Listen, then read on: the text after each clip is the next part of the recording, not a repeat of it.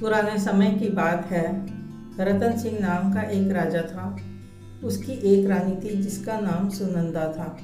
उनके विवाह को 10 वर्ष हो गए थे, परंतु उनकी कोई भी संतान नहीं थी। राजा को इस बात का कोई गम नहीं था, क्योंकि वह अपनी प्रजा को अपनी संतान की तरह प्यार करता था। लेकिन रानी को मां ना बनने का बहुत दुख था, परंतु उनके महल की दासियां उन्हें बहुत चाहती थी, क्योंकि रानी अपनी दासियों के बच्चों को अपने बच्चों की तरह प्यार देती थी। सब दास दासियां सदा ही उनसे प्रसन्न रहते थे। वह रानी और राजा का बहुत आदर करते थे। प्रजा बहुत ही सुखी थी। एक दिन राजा और रानी दोनों एकांत में बैठे थे और राजा ने रानी की तरफ देखा तो वह उसे बहुत चिंतित नजर आई। राजा ने कारण पूछा तो रानी ने अपनी मन की बात राजा को बताई। राजन, मुझे संतान ना होने का दुख है। देखो रानी सुनंदा, ये सब किस्मत की बात है। हमें संतान होनी होगी तो हो जाएगी। महाराज, ऐसा सोचते हुए 10 वर्ष बीत गए हैं। 5-6 साल और बीत जाएंगे तो उम्मीद ही खत्म हो जाएगी। इसलिए मैं आपसे विनती करती हूँ कि आप औलाद की खातिर दूसरा विवाह कर लें। सुनंदा जी, मैंने विवाह के समय आपको वचन दिया था कि कुछ भी हो मेरी एक ही रानी रहेगी। मैं जानती हूँ राजन, परंतु औलाद के बिना भी हमारा जीवन सूना है। मैं आपके और अपने इस सूनेपन को दूर करना चाहती हूँ, तो क्या बुरा है। राजकाज के समय तो पूरा दिन बीत जाता है, परंतु जब हम दोनों एक साथ होते हैं तब संतान की कमी तो महसूस होती है। बस मेरे लिए विवाह करके ये कमी पूरी कर दें। रानी, आप चाहती हो कि मैं अपना वचन तोड़ दूं तो ये मुझसे नहीं होगा। महाराज, तो क्या आपको अपने राज्य के लिए उत्तराधिकारी नहीं चाहिए? ऐसा नहीं है कि मेरी इच्छा नहीं होती, लेकिन मुझे जो चाहिए वह तुमसे ही चाहिए। और यदि मुझसे नहीं मिल पाया तो आप क्या करेंगे? आप देर मत करें। बस जल्दी से कोई योग्य राजकुमारी ढूंढकर आप दूसरा विवाह कीजिए और इस राज्य को एक राजकुमार दीजिए। यदि मैं किसी राजकुमारी से विवाह करूंगा तो वह तुम्हारा स्थान भी लेना चाहेगी, जो मैं नहीं दे पाऊंगा। और अगर उसने आकर आपका स्थान छीन लिया तो मैं सहन नहीं कर पाऊंगा। बेहतर यही होगा, जब समय आएगा तो हम अपने राज्य में से ही किसी योग्य व्यक्ति को अपना उत्तराधिकारी बनाएंगे, क्योंकि हमारी प्रजा भी तो हमारी संतान जैसी है और हमसे इस राज्य से कितना प्रेम करती है। यदि प्रजा प्रसन्न है तो राजा निसंतान कैसे हो सकता है? यह सारी प्रजा हमारी संतान ही है। यह सब सुनकर रानी और भी उदास हो गई थी। रानी ने खाना पीना छोड़ दिया, श्रृंगार करना छोड़ दिया। उसे देखकर राजा भी उदास रहने लगा। पूरी प्रजा उदास हो गई, यहाँ तक कि पशु पक्षी पेड़ पौधे भी मुरझाने लगे थे। अंत में राजा को हार माननी पड़ी और वह दूसरे विवाह के लिए राजी हो गया और रानी भी खुश थी। परंतु राजा ने कहा कि वह किसी राजकुमारी से नहीं बल्कि एक साधारण स्त्री से ही विवाह करेंगे। रानी मान गई। एक समझदार और बहुत ही खूबसूरत स्त्री से राजा ने विवाह कर लिया और वह राजमहल में रानी बनकर आ गई। रानी सुनंदा बहुत ही प्रसन्न थी, लेकिन वह नहीं जानती थी कि उसके साथ क्या होने वाला है।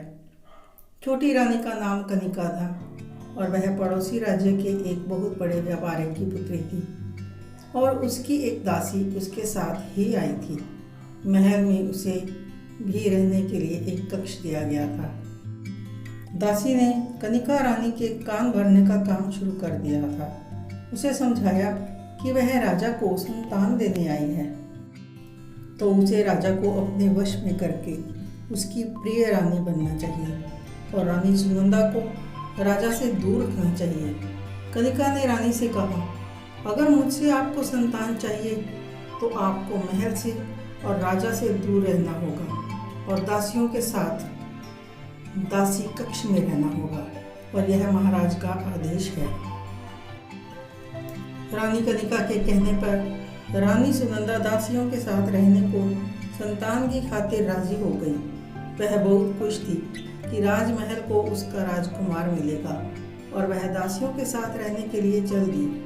दासियों को इस बात का बहुत दुख हुआ कि नई रानी ने उनकी प्रिय रानी को महल से बाहर निकाल दिया है। फिर भी दासियों ने रानी के आराम के लिए बहुत अच्छी व्यवस्था की, बिल्कुल महल जैसा वातावरण बना दिया। रानी भी बहुत खुश थी कि उन्हें अपनी दासियों को करीब से जानने का, उनके दुख सुख बांटने का समय मिला था। कुछ दिन बीते। कनिका ने अपनी दासी से बड़ी रानी का हाल चाल जानने के लिए कहा। दासी ने बताया कि दासियों के साथ रहकर भी रानी अति प्रसन्न है। तो कनिका चल गई। वह नहीं चाहती थी कि रानी खुश रहे, तो वह रानी के पास गई और बोली कि वह संतान चाहती है तो उसे दासियों का कक्ष छोड़कर जाना होगा। तो रानी सुनंदा ने पूछा कि वह कहाँ जाए, तो उसने कहा कि महल के बाहर कहीं भी रहे। रानी ने कहा ठीक है, मैं महल के बाहर माली के झोंपड़े के साथ वाली झोंपड़ी में रह लूँगी, लेकिन मैं राजा की पोशाक धोने के लिए ले जाना चाहती हूँ। कनिका मान गई।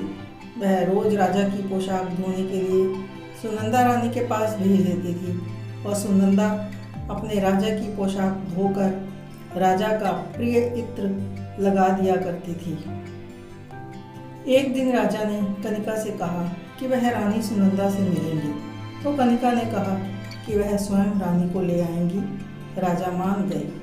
तो अगले दिन कनिका ने राजा से कहा कि रानी सुनंदा ने कसम ली है कि जब तक आप पिता नहीं बन जाते, रानी सुनंदा आपके सामने नहीं आएगी, आपको मुख नहीं दिखलाएगी।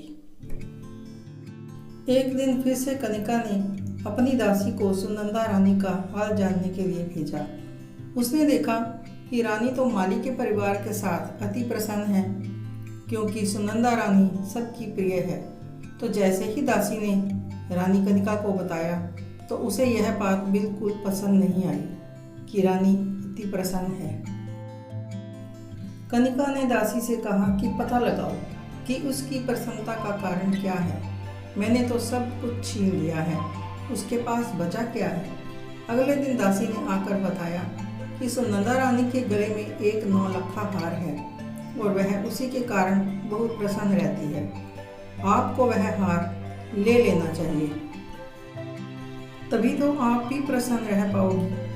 तभी रानी कनिका खुद सुनंदा रानी के पास गई और देखा कि माली का परिवार रानी की सेवा में लगा था। बच्चे उनके साथ खेल रहे थे। वे बहुत खुश थे। कनिका रानी को देखकर माली के परिवार के लोग खड़े हो गए। कनिका रानी सुनंदा के पास आकर बोली, महारानी, मैं आपके पास महाराज की ओर से एक विनती करने आई हूँ। कहिए रानी, महाराज का अब क्या संदेश है कि आपको स्वयं दासी बनकर आना पड़ा। मैं दासी नहीं, होने वाली महारानी हूँ और आपके लिए संदेश है कि आप इस राज्य को छोड़कर चली जाओ। अब इस महल और राज्य को आपकी आवश्यकता नहीं है। रानी सुनंदा सोच में पड़ गई कि ऐसा कैसे हो सकता है कि राजा उन्हें राज्य छोड़ने को कह दे। कुछ करना पड़ेगा। तभी रानी ने कहा, ठीक है, मैं राज्य से चली जाऊंगी, परंतु जाने से पहले एक बार राजा को देखना चाहती हूँ और उनके पांव धोना चाहती हूँ। आप मेरी राजा से एक बार भेंट करवा दीजिए, फिर मैं चली जाऊंगी। यदि आप राजा से मिलना चाहते हैं तो मेरी एक शर्त माननी होगी। आप राजा के सामने घूंघट में जाओगी और मुंह से एक शब्द भी नहीं कहोगी और आपके गले का ये 9 लखा हार मुझे देना होगा।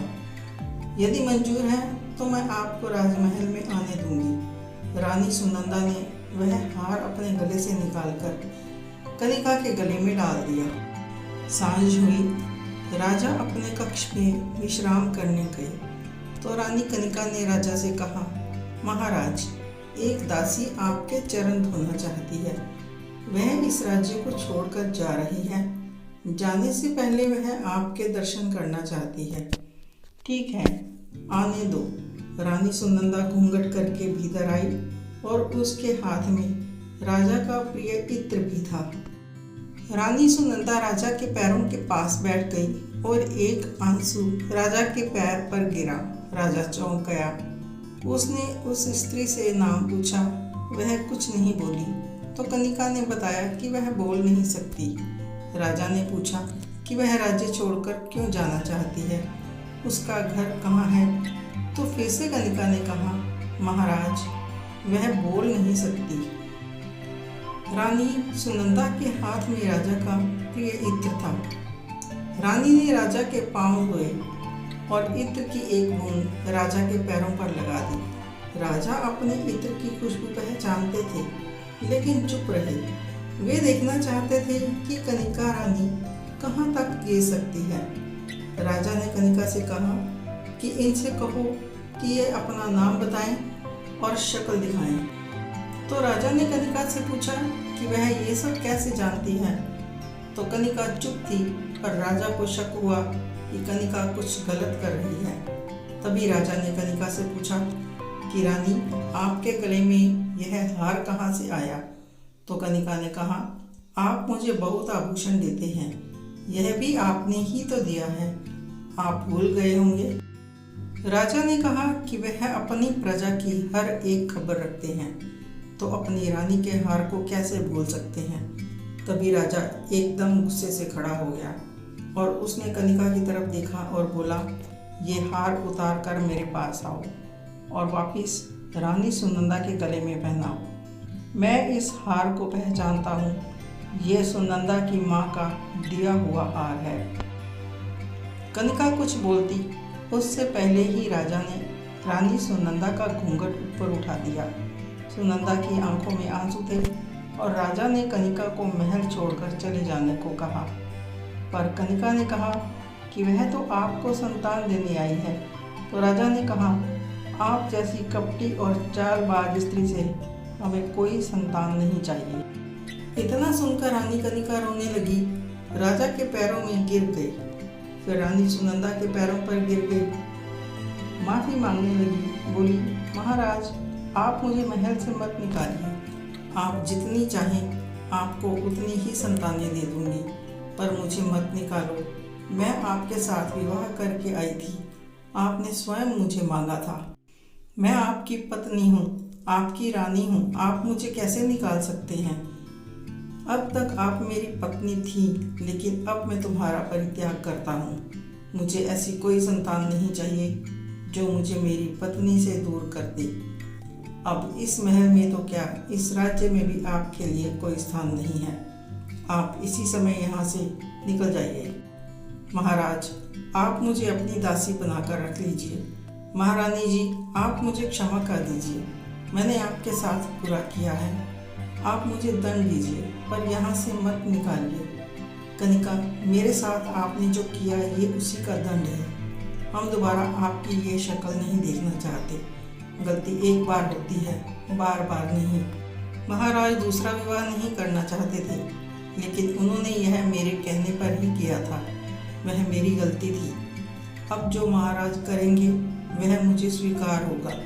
राजा का कहा ना मानने की गलती मैं दोबारा नहीं करूँगी। कनिका रोते हुए अपनी दासी के साथ वहाँ से चली गई। आपको यह कहानी कैसी लगी कमेंट करके ज़रूर बताएं। अच्छी लगी तो शेयर करें, लाइक करें। ऐसी ही रोचक कहानियों के लिए सब्सक्राइब ज़रूर करें। धन्यवाद।